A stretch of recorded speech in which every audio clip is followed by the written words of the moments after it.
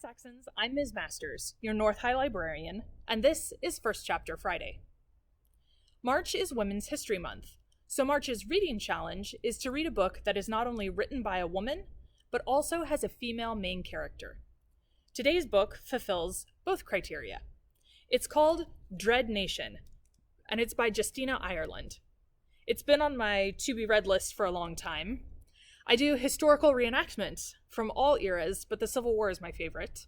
And Dread Nation takes place in an alternate reality post-Civil War America. Let me read to you from the book's front flap so that you have an idea of what you're getting into. Jane McKean was born 2 days before the dead began to walk the battlefields of Gettysburg, Pennsylvania, derailing the war between the states and changing the nation forever.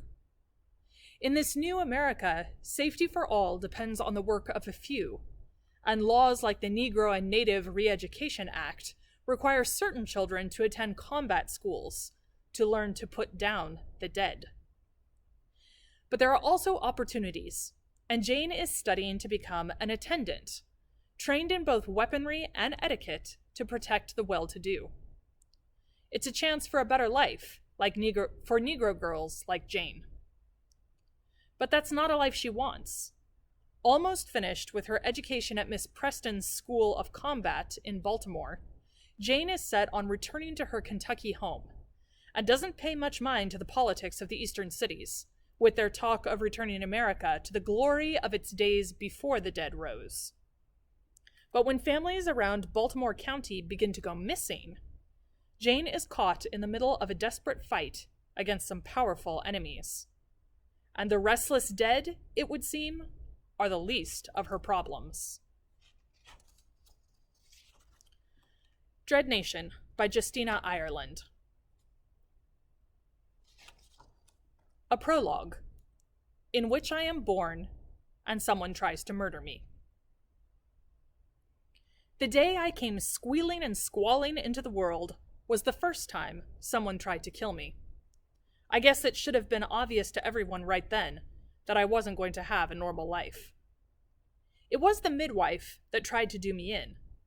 Truth be told, it wasn't really her fault. What else is a good Christian woman going to do when a Negro comes flying out from between the legs of the richest white woman in Holler County, Kentucky? "Is it a girl or boy, Aggie?"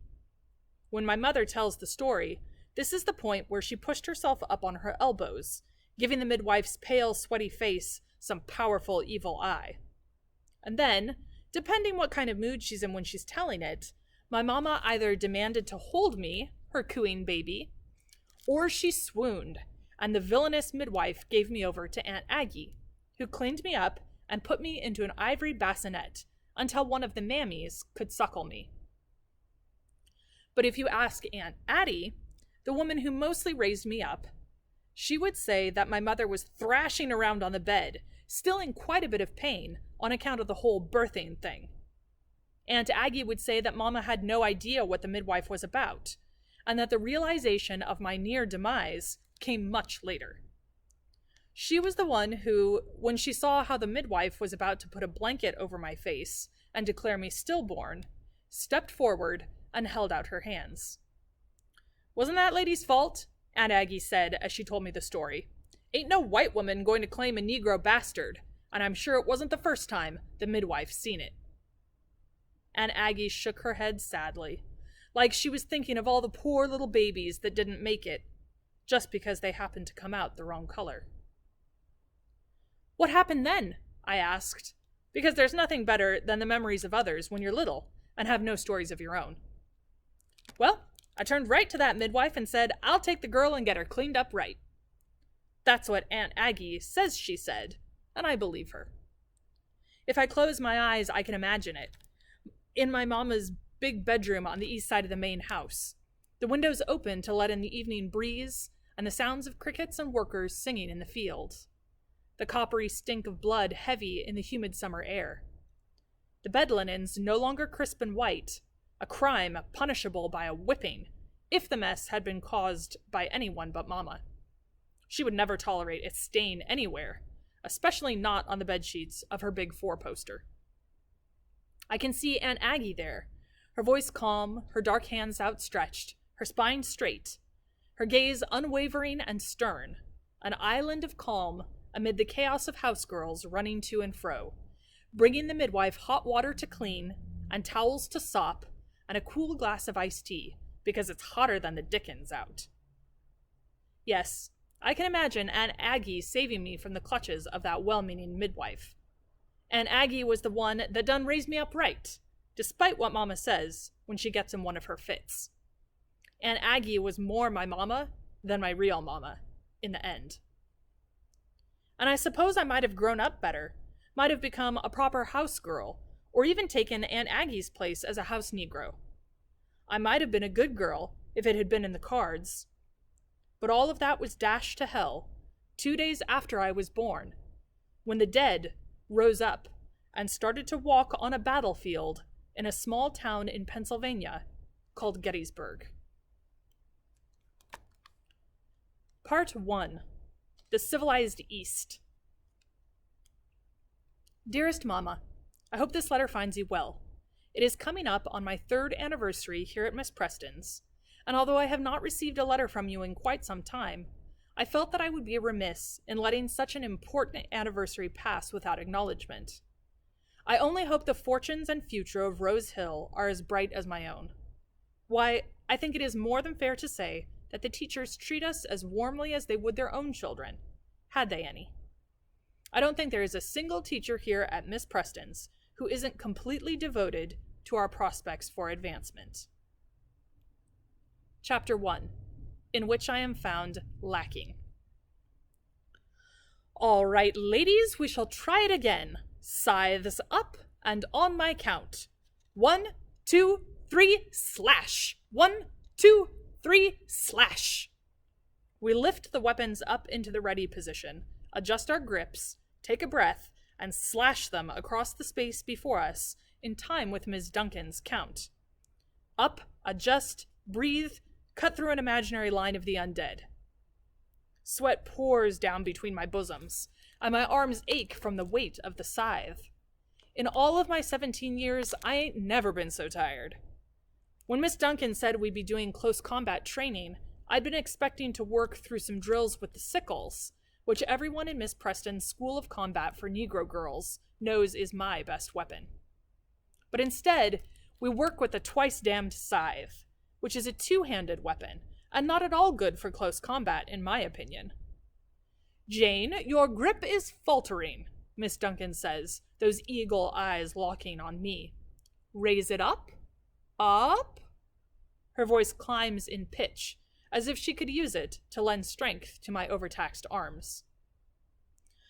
I swallow a groan and raise the scythe a few inches higher. It ain't like my weapon is lower than anyone else's. Miss Duncan must have just heard my dark thoughts. She's punishing me. My arms tremble as I hold the scythe up in the ready position. Vicious curved blade pointed down. Body-length handle at an angle across my chest. Miss Duncan waits until I'm about to scream from holding it before she gives me a small nod and turns back to the class. And relax. The scythes drop, and the group of us let out audible gasps of relief. I shake my arms out, one after another, willing the burn to go away. Next to me, Big Sue catches my eye. She ain't human, she mutters, talking about Miss Duncan. I nod. No, Miss Duncan ain't human. Because there ain't no way a normal woman, and a white woman at that, could survive 10 years in the army hunting down shamblers. I can just imagine how that went. The other soldiers falling all over themselves to lay down their jackets every time Miss Duncan needed to cross a puddle. No, I cannot believe a woman could maintain her virtue and serve honorably with the troops out west. So while I do believe Miss Duncan is a fine instructor, I do not believe that she is human. Perhaps she's a revenant, like the creature in Mr. Alexander Westing's latest weekly serial, The Ghost Knocks Thrice. Miss Duncan is pretty enough. I tend to think she would make a fine revenant, possessing the bodies of young women and using them to avenge crimes of passion. Of course, that raises the question as to why Miss Duncan is here, and Miss Preston's instead of seeking out her vengeance. Perhaps even Revenant's needs steady employment. All right, again, scythes up. I lift my weapon, focusing on Miss Duncan and trying to decide if she is indeed a Revenant, instead of thinking about the deep burning in my poor, scrawny arms. And on my count, 1, 2, 3, slash. As we go through the movements, for what has got to be the 100th time, God's honest truth, I watch Miss Duncan walking carefully around us, just out of range of our 1, 2, 3 slashing. Today, her brown hair is pulled into what my mama would call a messy knot at the back of her head. She wears a prim, high-collared dress of moss green cotton, perfect for the warm weather we're having. Her skirts are a little higher than a real lady would wear, mid-calf, just like the rest of us, modesty leggings underneath. The shorter length of the skirts is supposed to let us kick shamblers easy-like, and not trip us up if we need to run. I think we'd have to get all scandalous, like the working girls down in the city, hems barely brushing our knees with nothing but bare leg beneath, if we wanted to really be able to run comfortably. But that's a whole nother conversation.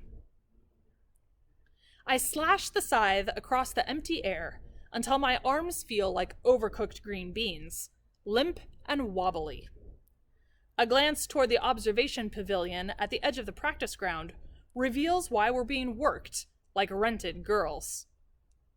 A couple of white women, in fashionable day dresses, stand under the awning of the pavilion, a white wooden structure covered in wisteria erected specifically for the comfort of the fine ladies that sometimes visit Ms. Preston's looking to engage an attendant. An attendant's job is simple: keep her charge from being killed by the dead, and her virtue from being compromised by potential suitors. It's a task easier said than done.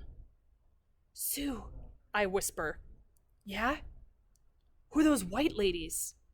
She glances over toward the pavilion and grunts. "Don't know, but those dresses are from this season, so they must be somebody important." Well, at least I know why Miss Duncan is determined to make our arms fall off. We ain't seen finery like that around here in a fair while. Sue grunts again, which this time I take as agreement. Finally, the evening bell rings, and Miss Duncan turns toward the main building. "That's all for today, ladies. Before you go, I have a treat. Mrs. Spencer has brought lemonade for you, with ice." On the edge of the green is Mrs. Spencer, a white woman whose farm borders the school. She waves at us, and everyone starts to chatter excitedly about the prospect of lemonade. Miss Duncan ain't finished, though. "I will see most of you later this evening for the lecture at the university. Please make sure you wear your Sunday best for this fine event." Miss Duncan watches as we heft our scythes and head over to the table Mrs. Spencer has set up. "Hello, girls, hello. There are cookies as well." Mrs. Spencer grins at us. The Spencers are the nicest white people I've ever met, and at least once a week, Mrs. Spencer brings us a treat to enjoy after we're done with our training. Next to her stands a smaller girl with pale skin and a smattering of freckles, her hair in pigtails. I smile at her. "Hey there, Lily," I say, as she hands me a cup of lemonade. She gives me a tight smile, but doesn't say a word. Once upon a time, I used to keep an eye on Lily for her brother, but that's our secret. I drink the lemonade too quickly, sweet and tangy and cold, and watch as Miss Duncan invites a few girls over to talk to the fine ladies. I ain't in the mood to play show pony, so I file into the building with the other girls, heading back to the armory to secure our weapons. Big Sue falls into step next to me. "You going to that lecture?" Her voice is deep, and she sings a fine baritone in church.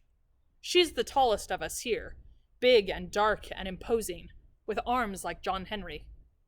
But she's also ace-high at braiding, and my own perfectly straight braids are thanks to her nimble fingers. She's the closest thing to a friend I got here. Just an all-around nice person. And that's something an Aggie taught me you don't find too often in this world. So even though Big Sue might be a little dense sometimes, she's my friend, and that's that. Me? Go to that university lecture? I snort and shake my head. I ain't about that.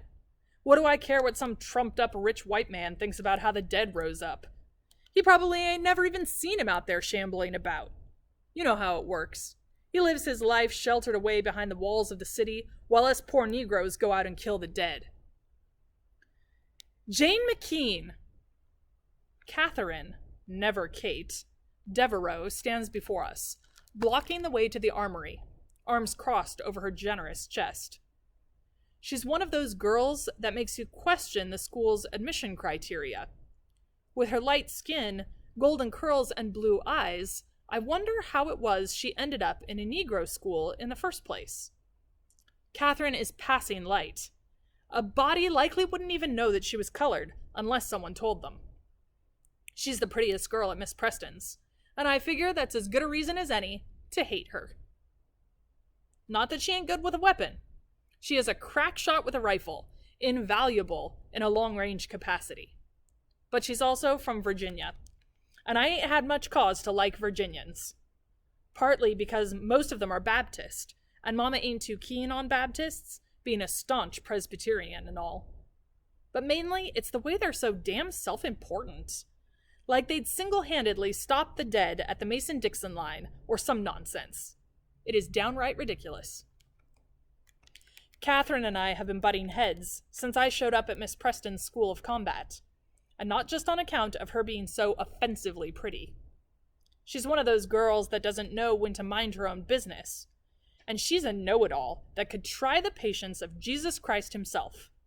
I ain't a very good Christian, so you know where that leaves me. How dare you slander Professor Gehring? Catherine continues, now that she has my attention. He is an expert on all scientific matters pertaining to the deathless. Why, the man even traveled to Europe and Asia researching the undead. What would you know of the realm of academics? First off, they ain't deathless. They're dead. That's it. Just because they happen to run around terrorizing the countryside doesn't make them anything but the walking corpses they are. Anyone who says otherwise is a fool, and wouldn't know a shambler if it held him down and bit him, including this professor character. Second, I'd be much obliged if you would keep my name out of your mouth. The last thing I want is you sullying it with your silliness. I make to push past her, my scythe still an awkward weight in my hands, but she blocks me once again. Sue frowns down at me and Catherine, her dark brow furrowing. What's it matter? If he's wrong, then he's wrong. All this arguing is a waste of time, especially since you're going to make me late for supper. She shoulders past Catherine, who puts her hands on her hips and huffs a little. Professor Gehring is a brilliant man. Miss Anderson says the papers say he's going to cure the undead plague. The two of you should attend his lecture. Homespun wisdom can only get you so far. I snort. Ever since Baltimore and a handful of the other major cities were certified shambler-free more than a year ago, the government has turned its attention to finding a cure. You ask me, that's a luxury we ain't earned yet. I've tangled with enough shamblers to know there ain't no such thing as shambler-free, while just one of those drooling corpses is still walking about. But according to the experts, there haven't been any major attacks within the city limits, or even in the county at large, since before the last Rising Day. And I've heard enough political speeches to know that letting rich white city folk think that we've made even a small part of America safe again is a better stump speech than telling them that we're still in trouble 5 years after the army stopped fighting the dead. Especially when the current political party has been in charge that whole time. But I don't say another word to Catherine, just walk past her into the armory. All the girls at Miss Preston's have their own weapons locker, and I am no exception. I place my scythe into the bracket set in the wall specifically for it. Next to it are my sickles, the blades as curved and sharp as Miss Anderson's tongue. Beside them are my batons, short wooden clubs with a metal spike in the weighted end and a leather thong at the bottom, a last resort in the case of a melee. The crown jewel of my collection is the well-oiled Remington single action, the close-range gun of choice for Miss Preston's girls. I love that 6-shooter. According to the newspapers, the Remington single action is the gunslinger's pistol of choice, which makes it even more ace. There's also a rifle near the bottom that's seen better days, a relic from the War of Northern Aggression, and damn near useless. I hate that rifle with a passion, all because it is hands down my worst weapon. When I come out of the armory, Big Sue and Catherine are gone, but Miss Preston's girl, Ruthie, is waiting for me. Jane, Miss Preston says you need to come and see her right away. I take a deep breath and let it out, praying to Jesus for patience. Ruthie is just a little thing, with big eyes, dark velvety skin, and braids that are more fluff than braid. I don't want to take my frustration out on her. Ain't her fault that it's pork chop night and I missed lunch because I was taking remedial etiquette training with Miss Anderson. And the remedial training is probably why Miss Preston wants to see me anyway, so it ain't like I'm in any hurry to get to the firing line. Tell Miss Preston I'll come see her after supper, okay? I'm so hungry I could eat a whole hog. Ruthie shakes her head and latches her tiny hand on my skirt, pulling me in the direction of Miss Preston's office. She says you gotta see her now, Jane, so come on. She's already in a fine fit. You ain't gonna want to make her mad. I reluctantly nod and let Ruthie pull me down the hallway to the main office. The school was once a fancy university, but after the dead rose up, most of the students fled. The building still looks like a school. Fine wallpaper, maps of far-off places, writing slates in most of the rooms. The floor is a pale wood, polished to a high gloss, and there are carpets so that you hardly even notice the bloodstains here and there. During the Great Discord, right after the dead began to walk, and before the army finally got the shambler plague under control, the building was empty. Back then, people weren't so worried about education as they were not having their faces eaten by the undead. But then, as the cities were cleared out and recaptured, folks got civilized once again. Shortly thereafter, Congress funded the Negro and Native Re-Education Act, and dozens of schools like Miss Preston's were created in cities as large as Baltimore and as small as Trenton. The minority party in Congress was against the combat schools from the beginning, saying that Negroes shouldn't be the ones to fight the dead, either because we're too stupid or because it's inhumane. But once the act was passed and the schools were established, there wasn't anything they could do, even if they wanted to. The federal government is the law of the land, but it doesn't have much say in how things are truly run within the walls. Most cities are small nations unto themselves, with the mayors and their councils in control. And anyway, I don't much mind the schooling. Those congressmen probably ain't seen the dead shambling through the fields for years, going after folks, trying to eat 'em. But I have. If I can get training on how to keep everyone back home at Rose Hill Plantation safe, then why shouldn't I? Ruthie pulls me through the main foyer and down into the left wing of the building to the big office at the end. I get a whiff of meat frying, the smell most likely coming in through a few open windows. The big summer kitchen is out behind the left wing of the house, and I can already imagine the crisp fried deliciousness of cook's pork chops, my stomach giving its own noisy approval. I have half a mind to slip out of Ruthie's little girl grip and sprint back down toward the dining room, but she's already rapping on Miss Preston's door. A creaky voice calls for us to come in, and Ruthie lets go of my skirt to open the door. I brought Jane McKean, ma'am. Thank you, Ruth. You may run along now and get supper. Yes'm. Ruthie gives me a pitying look before taking off down the hall, to a meal that I am beginning to fear I may never get to enjoy. Jane McKean, stop loitering in the doorway like a vagrant, and come in. I straighten and enter the room, closing the door behind me. Miss Preston's office looks like the master's study back at Rose Hill. A massive desk, covered with documents, an inkpot and pen neatly placed in one corner, takes up most of the room. Bookshelves of leather-bound volumes fill the walls, with the exception of the one directly next to the door. That wall is covered with the same set of weaponry as my locker. twin sickles, a Remington single-action revolver, a rifle, a pair of spiked batons. Instead of the scythe, there are a pair of mollies. They're named after Molly Hartraft, the woman who led the defense of Philadelphia after the undead first rose. Only the most elite of Miss Preston's girls get to train with the short swords, no longer than a woman's forearm, and my hands itch to pick them up and test their weight. I've gotten to use the swords twice, and I'm passable with them, though I need a lot more practice. On a table behind Miss Preston is a beaded buckskin bag that she says was a gift to her family from a Sioux chief. From what I know about folks, I think it's more likely one of her ancestors stole it. Rumor is that Miss Preston's people had gone west to the Minnesota Territory before the war, but came back when the undead got the better of them. There were whispers that Miss Preston had taken a Sioux lover while out west, and that she kept a single eagle feather in his memory. But I don't believe any of that.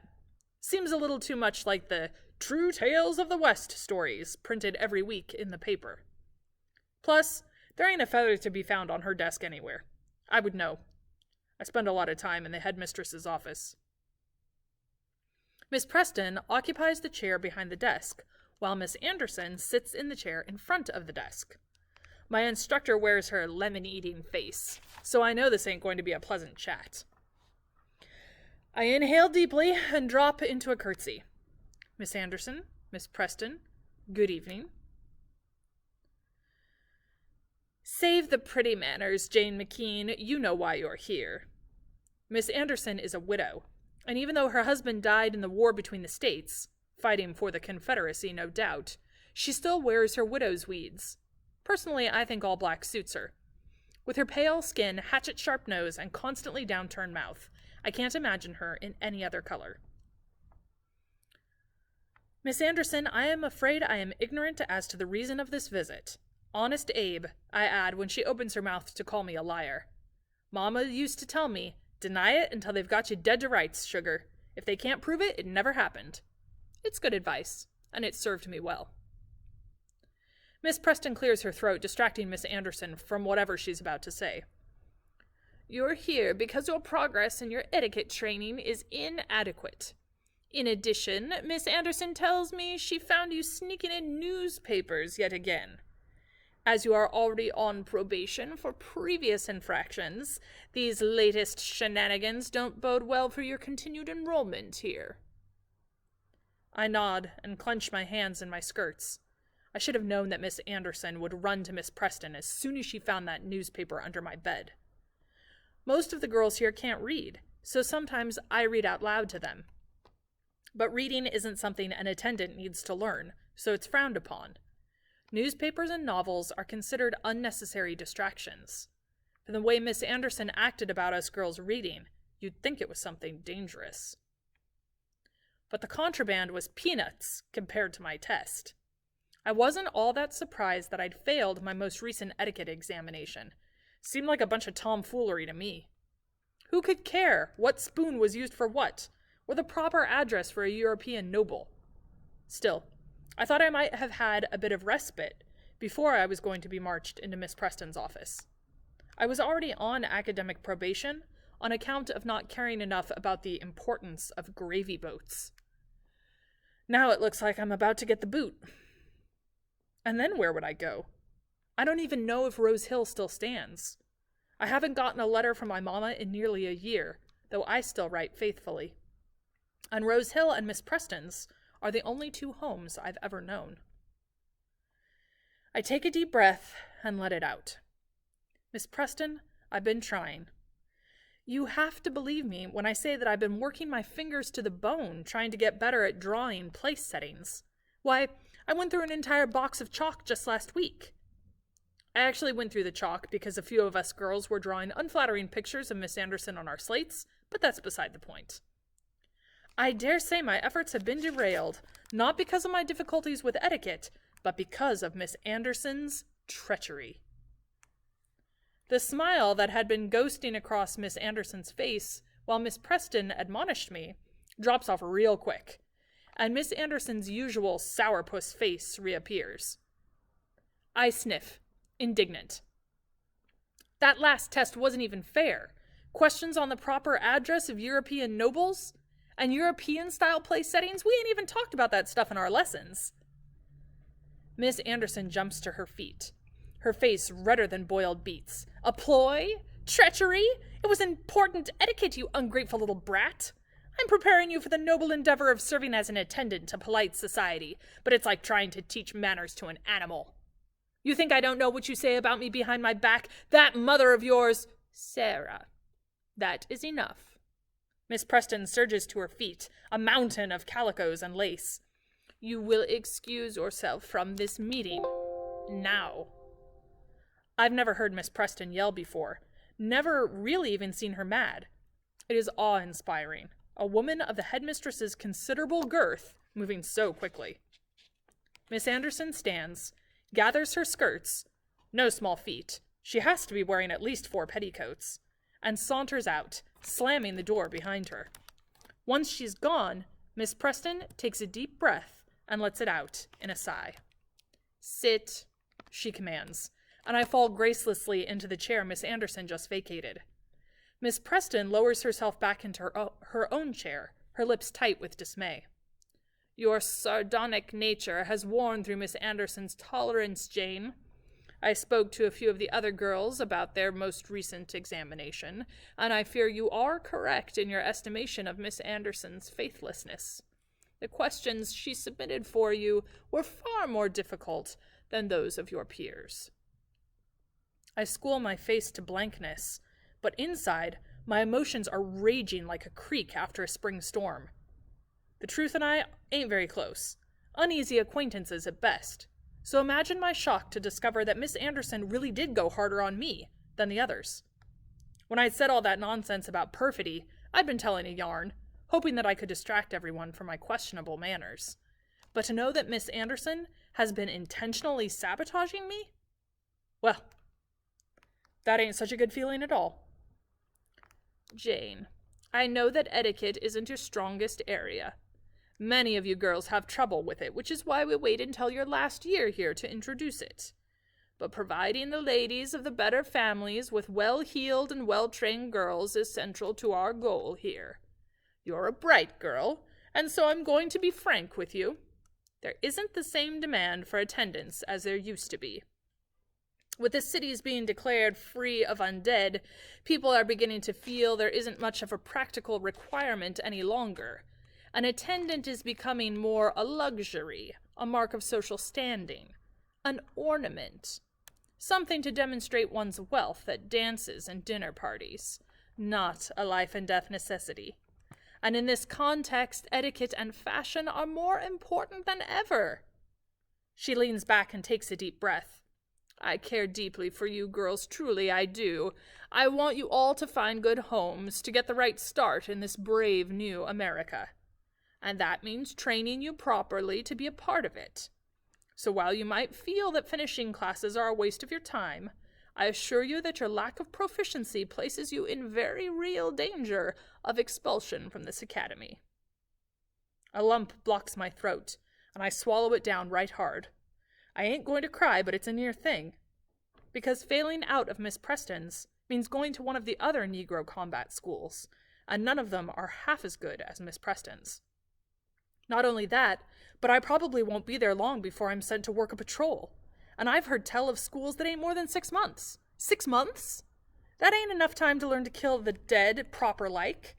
Half the Negroes from those programs end up a shambler their first month on the job. Working as a show pony for some coddled white lady. But an attendance certificate from Miss Preston's means I can go wherever I want. It means I can make my own way in the world. And even though I want nothing more than to go back to Rose Hill and the life I left, I need to have options if Rose Hill no longer exists.